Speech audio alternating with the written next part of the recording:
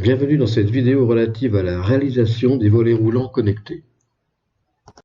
Dans la vidéo précédente, nous avons étudié le schéma électrique des volets roulants connectés ou tutoriel numéro 12. Maintenant, nous allons nous intéresser au circuit imprimé, aux composants et à l'actionneur. Dans cette partie du circuit imprimé, il faudra veiller à bien respecter le sens de montage des différents composants sur le circuit. Interface de gestion des volets roulants connectés. Circuit imprimé représenté en vue de dessus côté composant. En haut à gauche de l'écran, nous avons le typon du circuit imprimé et à droite de l'écran, nous avons l'implantation du circuit imprimé en vue de dessus côté composant. Comme le circuit imprimé au niveau du typon, il est aussi en vue de dessus côté composant. Attention à ne pas oublier le shunt concernant le circuit imprimé. Nous le retrouvons ici en vue de dessus côté composant.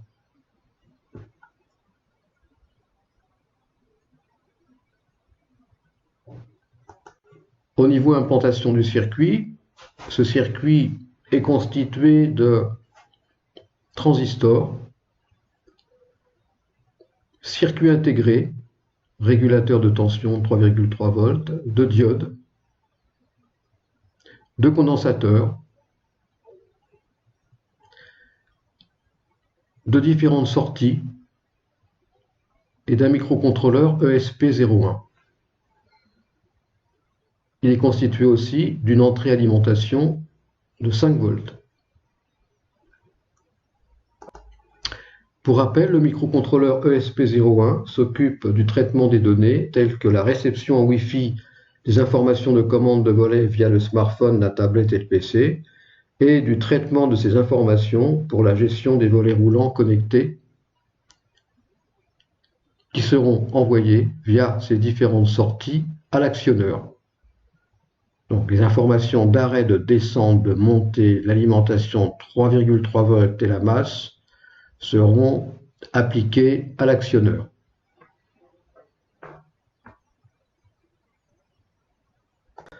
La liste des composants, le typon et les différents schémas seront à votre disposition dans la partie à propos de la chaîne.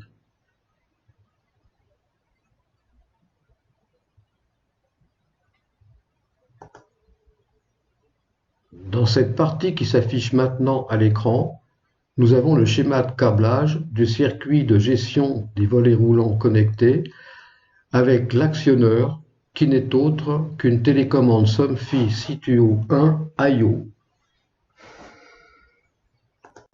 Les différentes sorties du circuit de gestion telles que l'arrêt, la descente, la montée, le 3,3 volts et la masse sont reliées à la télécommande SOMFY. Le fil marron correspondant à l'arrêt est relié au contact en face A de la télécommande au contact marron, qui est représenté par une circonférence marron autour d'un point central, comme indiqué ici à droite en marron, à souder sur la partie marron. Sur la télécommande, elle n'est pas marron. Elle est couleur alu, couleur métal. Dans le schéma, elle est représentée en marron. La sortie descente du circuit de gestion correspondant au fil bleu est reliée à ce contact-là de la télécommande dans la circonférence bleue autour du point central, à souder sur la partie bleue. La partie montée représentée par le fil vert est reliée sur la partie verte qui entoure le point central de ce contact, à souder sur la partie verte. La masse, qui est représentée par le fil bleu, est à souder par contre sur le point central, mais pas sur la circonférence, comme indiqué sur l'écran. La masse est à souder sur la partie mauve, le point central. L'alimentation de 3,3 volts, représentée par le fil rouge, quant à elle, est à souder en face B de la télécommande, dans le compartiment pile. Nous verrons ça tout à l'heure. Donc cette télécommande Somfy est représentée par 4 contacts. On a un contact qui n'est autre que la montée des volets. Celui du dessous correspond à l'arrêt. Celui ici correspond à la descente. Et celui du bas, au niveau du point central, correspond à la masse. Ici, il y a l'antenne du module.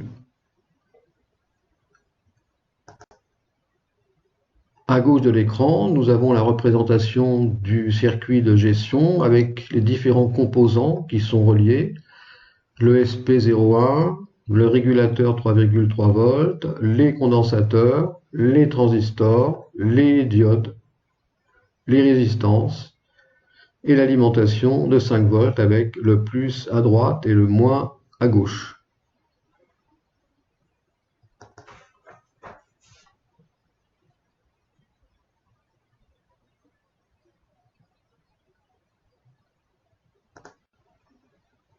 Sur cet écran, nous avons une représentation réelle de la face A concernant la télécommande Somfy.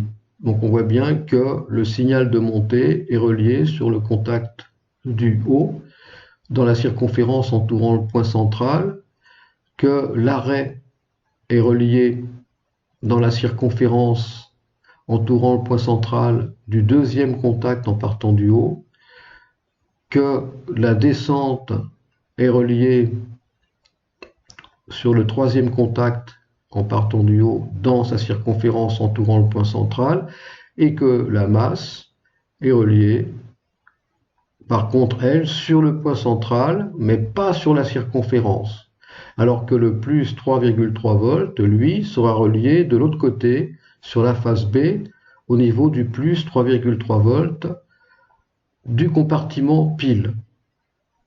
Il faudra bien sûr retirer la pile avant de relier le circuit de gestion, avant de relier l'alimentation du circuit de gestion à la télécommande.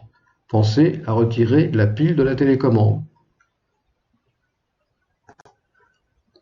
Ici en bas de l'écran, nous avons un chargeur 5 volts pour smartphone ou tablette qui n'est autre qu'une alimentation à découpage de type flyback que nous avons vu précédemment dans d'autres vidéos. Dans cette partie-là, on a une photo du circuit de gestion des volets roulants connectés avec les différents composants qui sont montés dessus, tels que le SP01, les transistors, les condensateurs, les diodes, le régulateur de tension, l'alimentation 5 volts. Attention, concernant les fils, les couleurs sont inversées. Le noir représente le plus et le rouge le moins.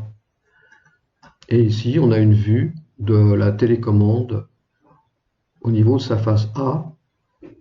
Sur cette face sont reliées les commandes d'arrêt, de montée, de descente, ainsi que la masse.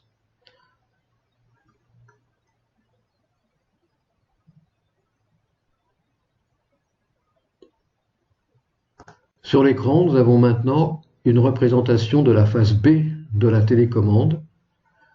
Et en ce qui concerne cette face B, le plus 3,3 volts sera relié au plus 3,3 volts du compartiment pile qui se trouve ici au-dessus, en face B de la télécommande, en bas à gauche.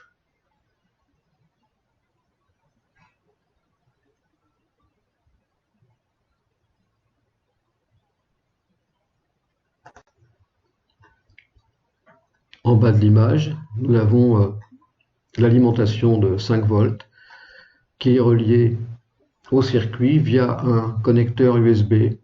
Alors, comme je disais tout à l'heure, les deux fils sont inversés. Le noir représente le plus, alors que le rouge représente le moins ou la masse.